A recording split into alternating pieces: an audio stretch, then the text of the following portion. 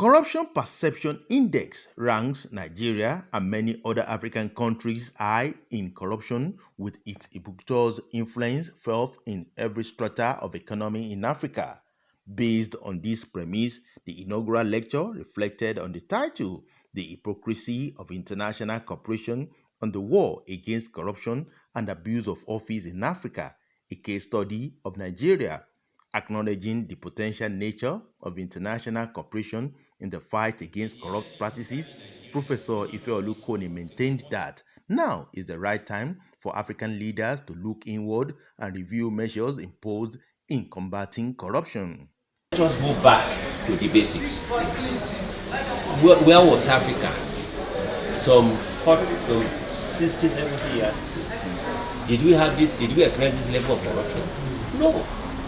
We did not. So let's go back to the old landmarks. That's how we'll be able to build our continent and build our nation. Placing value on the power of various anti-graft agencies, Professor Koni says, when you have rules and you don't enforce them, this will breed impunity. And I do say that the greatest challenge that Nigeria has is not even corruption, it's impunity. What is impunity? Somebody is going against the law, and by virtue of his position, because he's a big man, he has a lot of influence, the law is above him, you cannot hold him liable. And at the end of the day, it's the poor man that you begin to chase. So let us ensure that our rules are enforced.